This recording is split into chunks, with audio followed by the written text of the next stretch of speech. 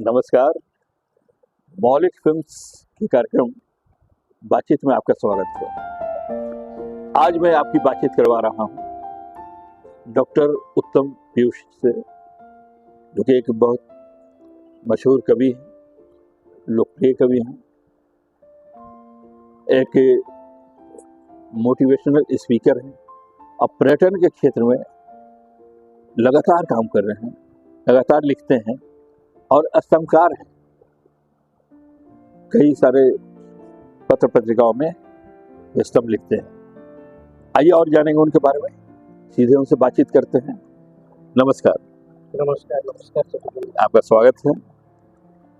सबसे पहला तो क्योंकि आपसे जब परिचय हुआ तो सबसे इस रूप में के एक कवि के रूप में परिचय हुआ जी। तो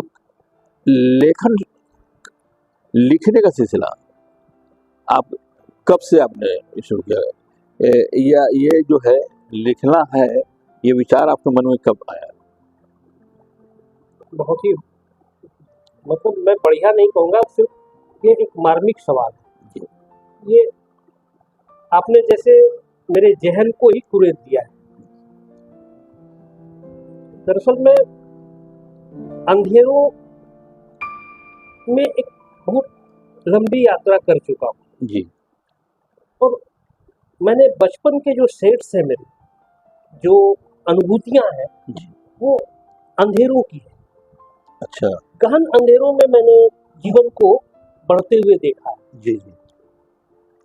अपने जीवन का एकांत, अकेलापन और शायद अजनबीपन जी। मैंने बचपन में ही देखा और पता नहीं कैसे मैंने उन अंधेरों को पहचानना शुरू किया। धीरे धीरे दोस्ती हो गई और फिर अचानक से मेरे पास शब्द आने लगे। मैंने शब्दों को देखा कि वो मेरे साथी बन गए, कहीं कहीं सारथी बन गए। वाह। और फिर क्या जो हुआ, वो कविता या साहित्य के रूप में वो शब्द ढलने लगे। और मुझे याद है अच्छी तरह, मैं क्लास 8-9 का विद्यार्थी था जी। और हाफ पैंट पहना करता था। उन दिनों से मैंने लिखना शुरू किया, जो बाद में, जो मैं इंटरमीडिएट की कक्षा में जब आया जी। तो भागलपुर मारवाड़ी कॉलेज का मैं स्टूडेंट था जी। और डॉक्टर विष्णु किशोर झा बेचन, हमारे हेड ऑफ द डिपार्टमेंट थे हिंदी में, उन्होंने गर्मियों की छुट्टी में जब मैं मधुपुर वापस आने लगा तो उन्होंने मेरी कॉपी रख ली। और वो कॉपी रख लेने के बाद मैं मधुपुर चला आया और जब लौट कर गर्मियों की छुट्टी के बाद जाता हूँ तो मारवाड़ी कॉलेज पत्रिका की स्मारिका में मेरी 3 कविताएं उन्होंने छाप दी। वाह। मैं ऐसे मतलब शर्म महसूस कर रहा था, जैसे कोई बड़ों के बीच में एक छोटा बच्चा शर्मा रहा हो। मैं तो समझ नहीं पा रहा था कि ये उनका इतना बड़ा आशीर्वाद कैसे मिल गया। तो उन्होंने कहा कि तुम्हें मैं पीछे बैठकर लिखते हुए देखता था। और आज वो कविताएं भले ही रेलिवेंट ना हो, लेकिन मुझे अच्छी तरह याद है कि माँ पर लिखी हुई पहली कविता, देश पर लिखी हुई पहली कविताएं आज भी मेरे लिए बीजाक्षर है और वहीं से मेरी यात्रा का आरंभ है। वाह। तो अगर जो पहली कविता है, अगर आपको याद हो, आप चाहे तो हमारे श्रोताओं के लिए आप सुना सकते हैं, पढ़ सकते हैं। स्मरण में तो नहीं है, किसी मौके पर मैं सुनाऊंगा। ठीक।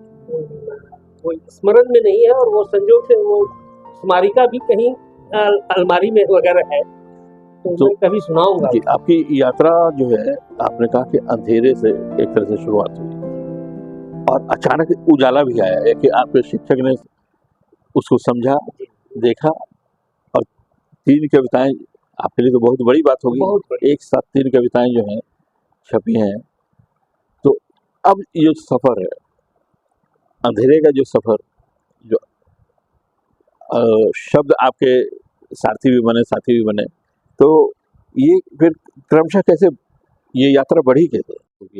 आम आदमी, आम श्रोता जो है। मुझे जब मैंने इंटरमीडिएट के बाद मैं ग्रेजुएशन में आया और वो जो एक उम्र होती है, उस समय तक मैंने शब्दों को इतना सीरियसली नहीं लिया। बस मुझे लग रहा था कि मैं जो लिखता हूँ वो अभिव्यक्ति है। मैं बेतकल्लुफ था, आराम से जैसे क्रिकेट खेलता था वैसे ही मैं कविताओं की दुनिया में था। लेकिन अचानक से मैंने अपने भीतर एक परिवर्तन देखा और शब्दों को हस्तक्षेप करते हुए देखा, इंटरफेयर करते हुए देखा। वो मेरे अंदर वो इंटरफेयर कर रहे थे, हस्तक्षेप कर रहे थे और मुझे थोड़ा हिला डुला रहे थे। और थोड़ी बेचैनियां बढ़ी, थोड़ी सी जो तकलीफें बढ़ी, तो अभिव्यक्ति के स्रोत बढ़े, शब्दों ने आकार लेना शुरू किया। और तब अचानक से मेरी कविताओं में वो चीजें निकल कर आने लगी जो मन करता था रोने को, तो मैं शब्दों में रो रहा था। गुस्सा था तो गुस्से को मैंने शब्दों में ढलते हुए देखा, निराशा और उम्मीदों को भी देखा। तो ये चीजें जब अखबारों में आने लगी, मुझे अच्छी तरह याद है कि उन दिनों रांची से अखबार नहीं निकलता था, ये सब जो आजकल हमारे यहाँ आते हैं। प्रभात खबर की तो बात ही नहीं थी उस समय। पटना से नवभारत टाइम्स आता था, हिंदुस्तान आता था, और भी कुछ अखबार आते थे। हाँ, बाद में मुझे याद है कि मैंने नवभारत टाइम्स में और हिंदुस्तान में नियमित रूप से लिखा। अच्छा। और तब मेरी कविताओं को लोगों ने पढ़ना शुरू किया। उसमें मोबाइल तो था नहीं, इवन की लैंडलाइन भी बहुत कम लोगों के पास था, तो चिट्ठियां थी और चिट्ठियों के माध्यम से सूचनाएं मिलती थी और मैं भी सूचनाएं देता था। तो लोगों ने बहुत उत्साह दिया और तब मुझे लगा कि इन कविताओं में आशाएं हैं, उम्मीदें हैं, गुस्सा भी है और निराशा भी है। ये सारी चीजें लोग पसंद कर रहे हैं, चित्र बन रहे हैं। एक चीज मैं कहूँगा कि मेरी कविताओं ने शुरू से चित्र बनाना शुरू किया, पिक्टोरियलिज्म आया और ये पिक्टोरियलिज्म लोगों को रियलिज्म के, यथार्थ के बहुत करीब महसूस हुआ। शायद यही कारण है कि लोगों ने मुझे पढ़ना शुरू किया और प्यार करना शुरू किया। अच्छा, आम धारणा है कि कोई कवि तब बनता है एक विरह में, अप्रेम में, तब पहली कविता लिखता है। लेकिन आपकी पहली कविता जो है वो कहने के आक्रोश से है, एक गुस्से, आप खुद करेंगे गुस्से से। तो प्रेम की कविता जो है, प्रेम की कविता लिखने तक कहाँ तक की यात्रा करनी पड़ी? बहुत उम्दा सवाल किया आपने शत्रुघ्न बाबू जी, धन्यवाद। आप जैसे उतर आए हो खुद भी, आप खुद एक समर्थ रचनाकार की तरह ही चीजें सामने ला रहे हैं। मैं बहुत आनंदित हूँ। दरअसल जो नहीं है उसे होना चाहिए, इस बात का आग्रह मेरे अंदर इतना अधिक भर गया था कि मैं बाकी चीजों के बारे में सोच नहीं पा रहा था। और शायद वो रेस्टलेसनेस, वो बेचैनियां मेरे अंदर बहुत ज्यादा बढ़ रही थी। तो मेरे उस आक्रोश में वो चीजें आने लगी। और ये वो दौर था जब मैं बाबा नागार्जुन को सामने बैठकर सुन रहा था और मुझे लगा कि भवानी प्रसाद मिश्र जब कहते हैं कि शब्द मेरे राम है, तो मुझे लगा कि शब्दों की ताकत इतनी बड़ी है कि उन्होंने शब्द को राम कहा। और नागार्जुन इतना एग्रेसिव है कि कहते हैं घर में घुसकर क्या लिखता है। ये मुझे बहुत बेचैन करता है कि लिखने वाले को थोड़ा एक्टिविस्ट होना चाहिए, थोड़ी सक्रियता लाओ। और ये आंतरिक सक्रियता, ये शब्द सिर्फ रख देने से नहीं चलेगा, उसे हिलाओ डुलाओ, शब्दों को पूरे एक्टिविज्म में लाओ, कुछ उसे बेचैन करो और अपने भी बेचैन हो। शब्द सार्थक तभी होंगे जब उससे कुछ क्रिया निकले। सिर्फ विशेषणों से, सिर्फ उपमानों से, सिर्फ अलंकारों से आप रचनाओं पे ताकत नहीं भर सकते हैं।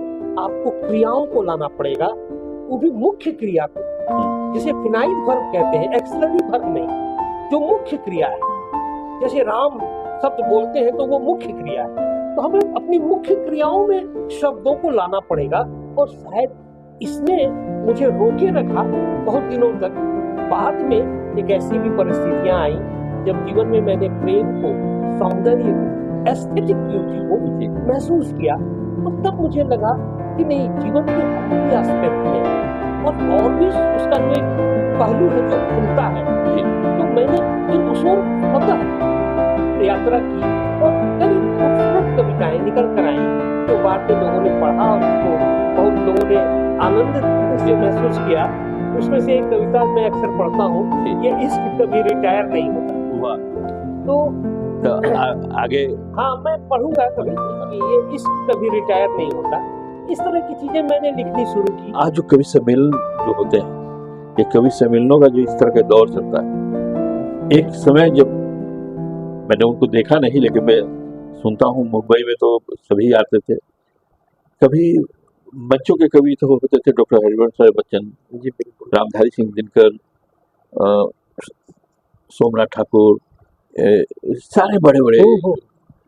आज ये दृश्य से धीरे धीरे ये बात निकलती जा रही है। इसको आप किस रूप में देखते हैं?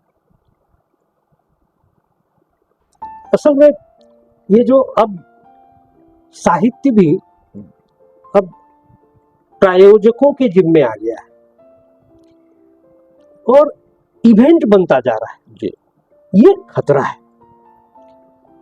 मुझे कुछ लोगों ने कहा था, मुझे अच्छी तरह याद है, कि पीयूष जी आप तो साहित्यकार हैं और साहित्य से जुड़े हुए हैं, तो क्यों नहीं एक बड़ा हास्य कवि सम्मेलन किया जाए और जितने पैसे लगेंगे मैं करूंगा।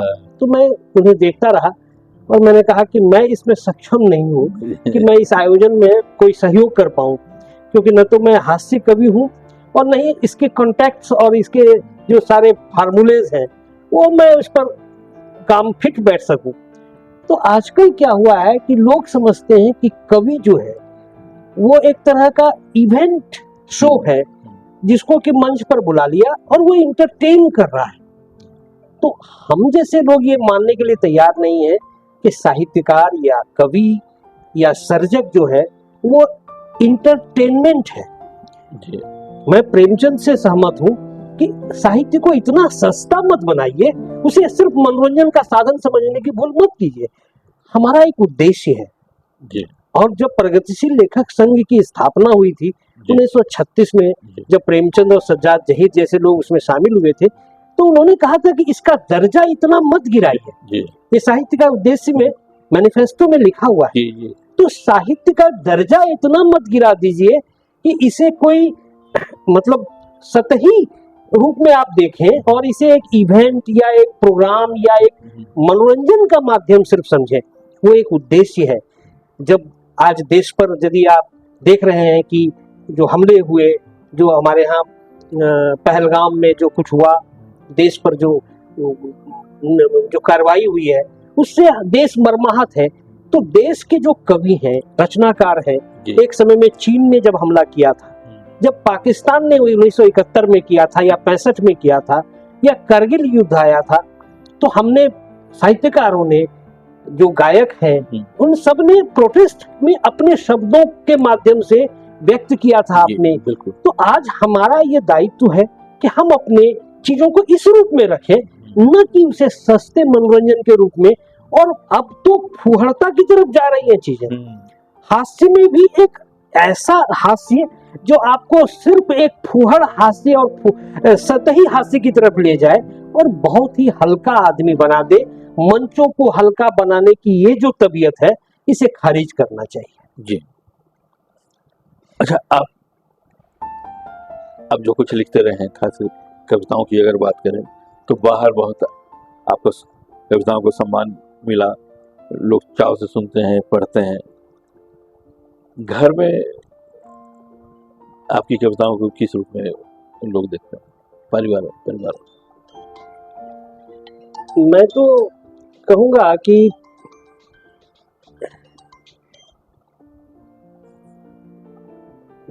वो जो एक जुमला चलता है, चैरिटी बिगिंस एट होम, मेरी जो बुनियाद है वो घर से है और मैं एक्चुअली घरेलू आदमी हूँ।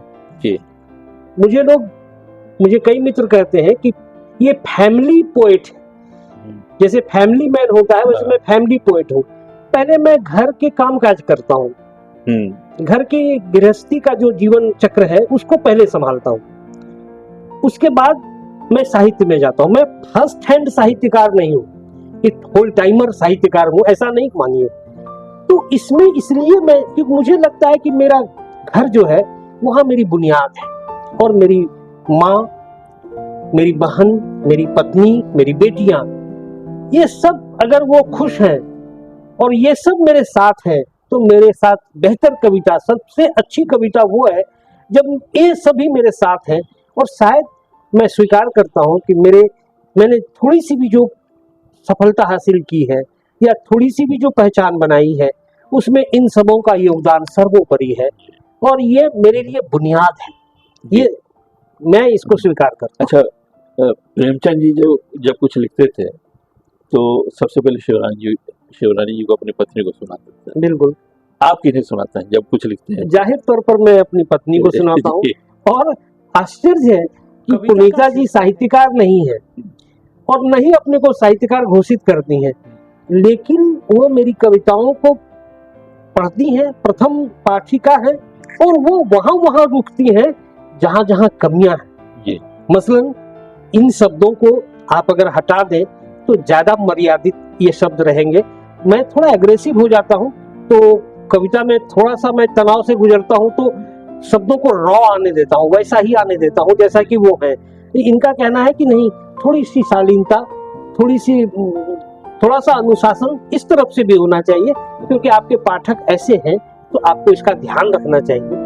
इसके अलावा वो व्याकरण को भी देख लेती हैं, क्योंकि मैं व्याकरण में थोड़ा दुर्बल हूँ, मेरा जीवन का गणित ही कमजोर है, तो वो इन चीजों को देखती है, और फिर अल्टीमेटली मेरी बेटियां भी रिव्यू करती हैं। तो मुझे बड़ा आनंद आता है कि बिल्कुल डेमोक्रेटिकली मेरे घर में और मेरी कविताओं में प्रजातंत्र है। कोई भी चीज आराम से लोग देखते हैं, बातें करते हैं, बहस करते हैं और टिप्पणियां करते हैं, फिर मैं सुधारता हूँ। तो ये मुझे सौभाग्य मिला। मिलाकर आप भाग्यशाली हैं। हाँ, मैं बहुत लकी हूँ कि मेरे घर में एक डेमोक्रेसी है कविताओं की, साहित्य की, और खुली बहस होती है।